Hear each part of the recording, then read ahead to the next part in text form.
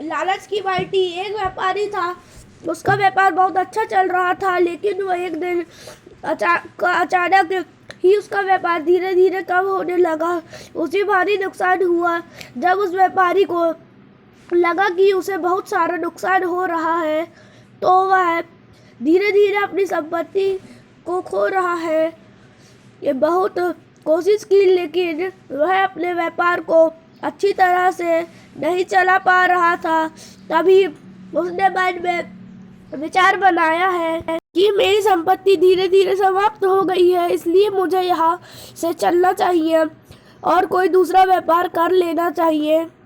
व्यापारी के पास एक पीतल की बहुत ही भारी बाल्टी, यह बाल्टी उसके पारिवारिक बहुत सालों से उसके पास थी। उसे बेचना नहीं चाहता था, इसलिए वह एक सेठ के यहाँ पर उस बाल्टी को रख कर चला गया। व्यापारी ने कहा कि जब मैं वापस आऊँगा तो अपनी बाल्टी ले लूँगा। सेठ ने कहा कि जब भी तुम आओगे तो यह बाल्टी तुम्हें मिल जाएगी। व्यापारी दूसरी जगह पर व्यापार करने चला गया। जब उसे बहुत साल बीत गए, बहुत सारा धन कमाया, तो वह अपने नगर में वापस आया और फिर उसने अपनी बाल्टी मांगी। सेठ ने बोला कि उसे दीमक लग गई थी, जिसके कारण धीरे धीरे बाल्टी समाप्त हो गई। अब तो तुम्हें बाल्टी नहीं मिल पाएगी। व्यापारी कहने लगा, ठीक है, जब बाल्टी में दीमक लग गई है तो कोई बात नहीं है। उस व्यापारी ने कहा कि मुझे यहीं पर एक दुकान वाले के पास जाना है। अगर तुम अपनी बेटी को मेरे साथ भेज दो तो बहुत अच्छा होगा।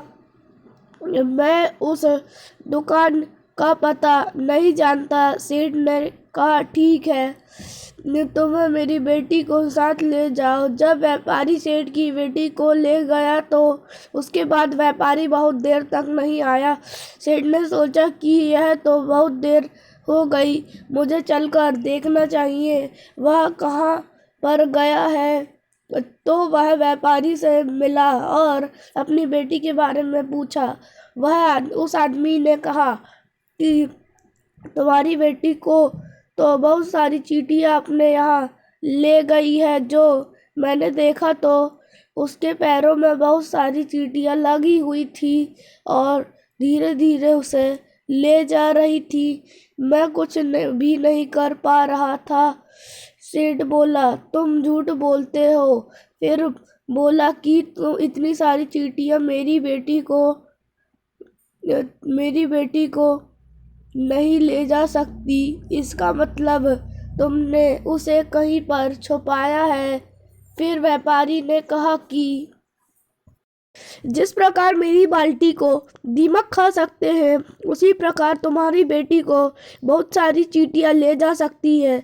सेठ को सारी बात समझ में आ गई। सेठ ने उस व्यापारी की बाल्टी वापस कर दी और अपनी गलती के लिए क्षमा मांगी। हमें लालच में कभी भी किसी के साथ बुरा नहीं करना चाहिए और कभी भी झूठ नहीं बोलना चाहिए। दोस्तों, मेरे YouTube चैनल को लाइक शेयर